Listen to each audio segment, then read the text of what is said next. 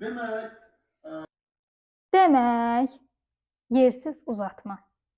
mənim Akşin Fatih ilə bir münasibətim var, bir dostluğumuz var.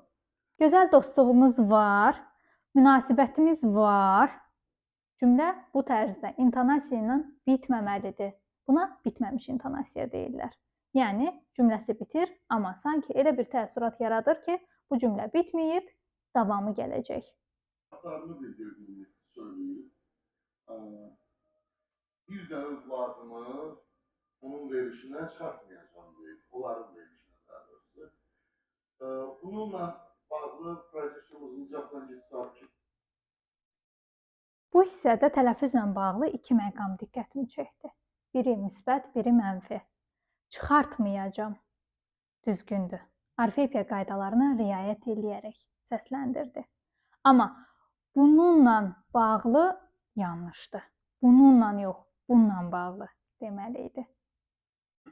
yeni duet ortağıyla. Bu hissədən sonra çoxlu parazit səslər eşidəcəksiniz. Bu hərəkət var. Birazdan o haqda danışacağıq. Məlumatım var yəni artıq. Akşin Fatih'in danışması haqqında.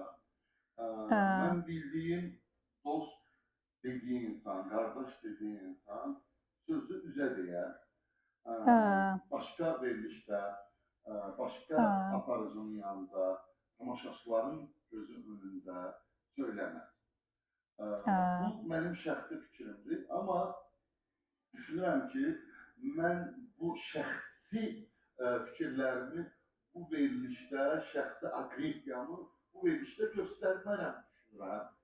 Amma yenə də insanıq, biraz da olsa göstərsəm də tamaşaçılar üzürlü sayın. Çünki insanım, mən robot deyiləm və mən bildiyim qədər siz məni olduğum kimi bəyənirsiniz. Burada verdiyim suallar olsun, qonağımın danışdığı. Bəs bu nitqin müsbət cəhətləri yoxdurmu? Əlbəttə ki var. Məsələn, elə birinci səsi. Dolğundur, gurdur, eşidilə biləndir. Daha sonra ən çox diqqətimi çəkən məqamlardan intonasiyası. İntonasiyadan istifadə eləyərək emosiyalarını artıqlamasıyla kifayət qədər qarşı tərəfə auditoriyasına ötürə bilir. Bugünlük bu qədər.